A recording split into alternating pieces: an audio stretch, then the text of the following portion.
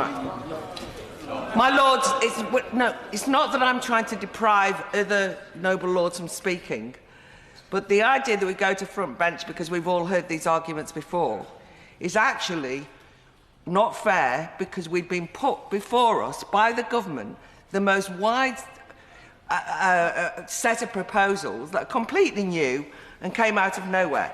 So if I can just make my point, which is I was rather disappointed not to be supporting the government. When we discussed this at report, I do not support the noble Lord Nash's amendment to ban social media for under-16s, despite how powerful his speech was. And I actually thought at report that the government had got a sense of proportion.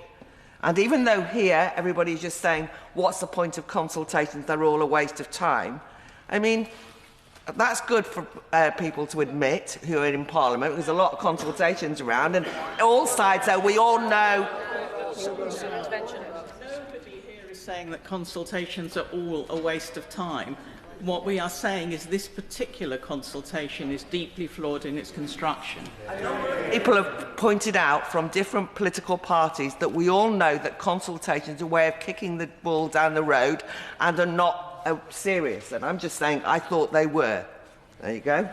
Call me naive.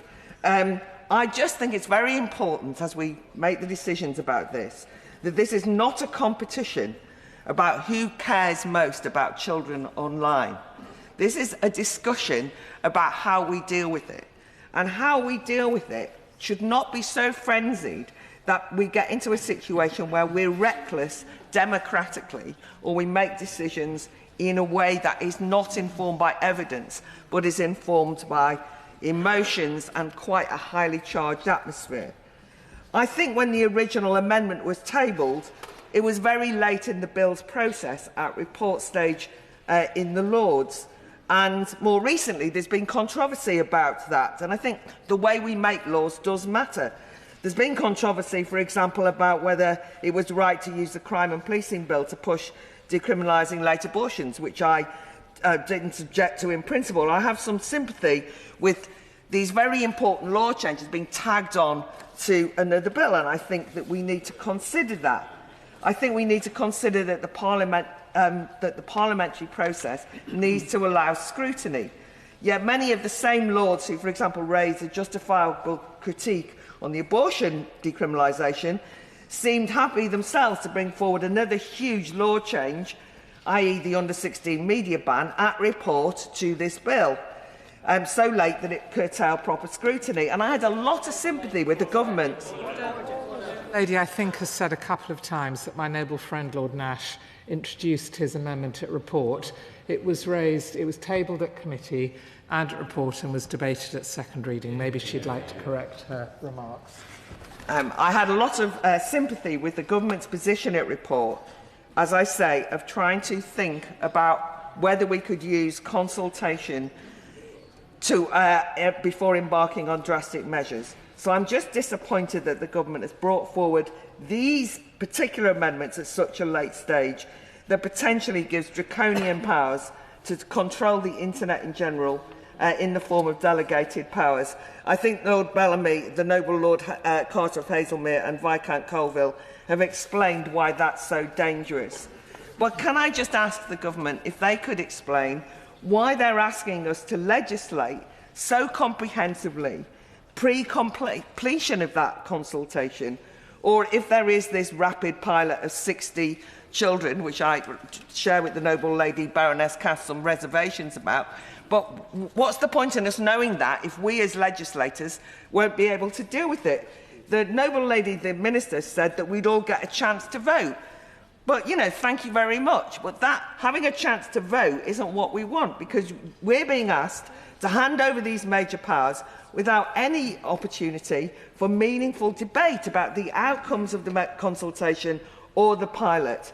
And the use of a statutory instrument means that there'll be no chance to amend proposals or raise principled or practical concerns about unintended consequences and so on. And the government's own delegated powers toolkit, in its guide to making legislation, sets out a clear rule of thumb, quote, the more significant a legal change, the stronger the presumption that it should be set out in primary legislation, and I agree, and also emphasises that delegated powers are unlikely to be appropriate simply because there has been insufficient time for policy development. So I do worry about the rhetoric from all sides of think of the children, we have to do something, a sense of urgency and so on. I have a great deal of sympathy for the noble lady Baroness Kidron, who I know has not kind of rushed in here with little thought, and since I've been here and long before it, she's been thinking about it.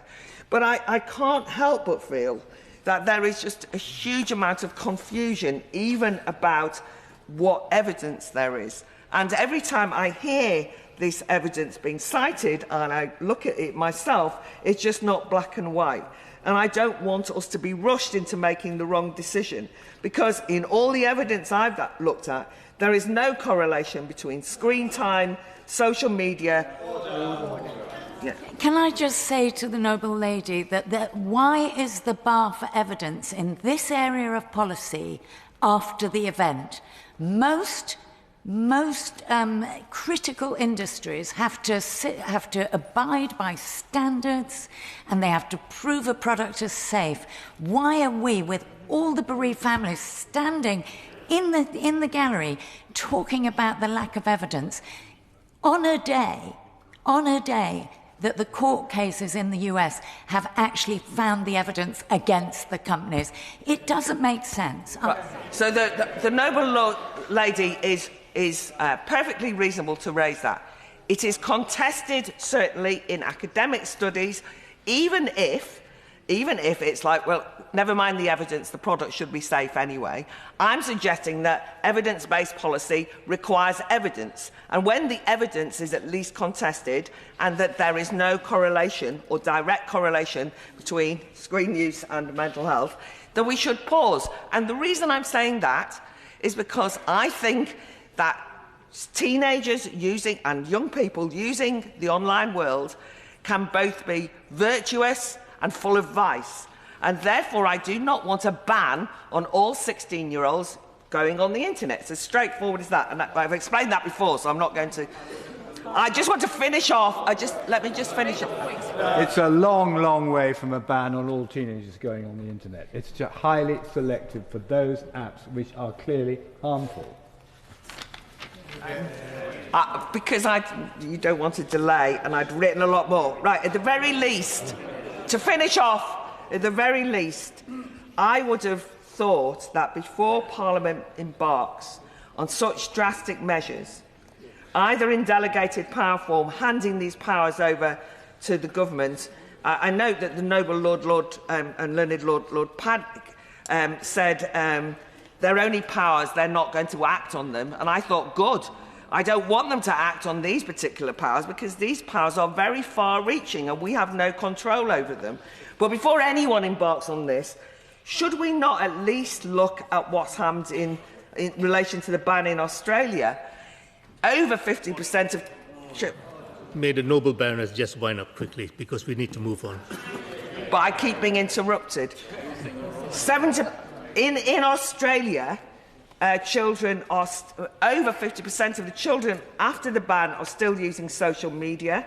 Teens are being pushed underground, away from mainstream platforms, into darker corners of the internet without safeguards, zero moderation, and I think it's risky and dangerous behaviour. And rather than adult help and guidance in negotiating the online world and recognition of its virtues, not just its vices, they're actually just being banned. So I also think we need to be finally open that it's not just children who will be affected by both sides of these amendments.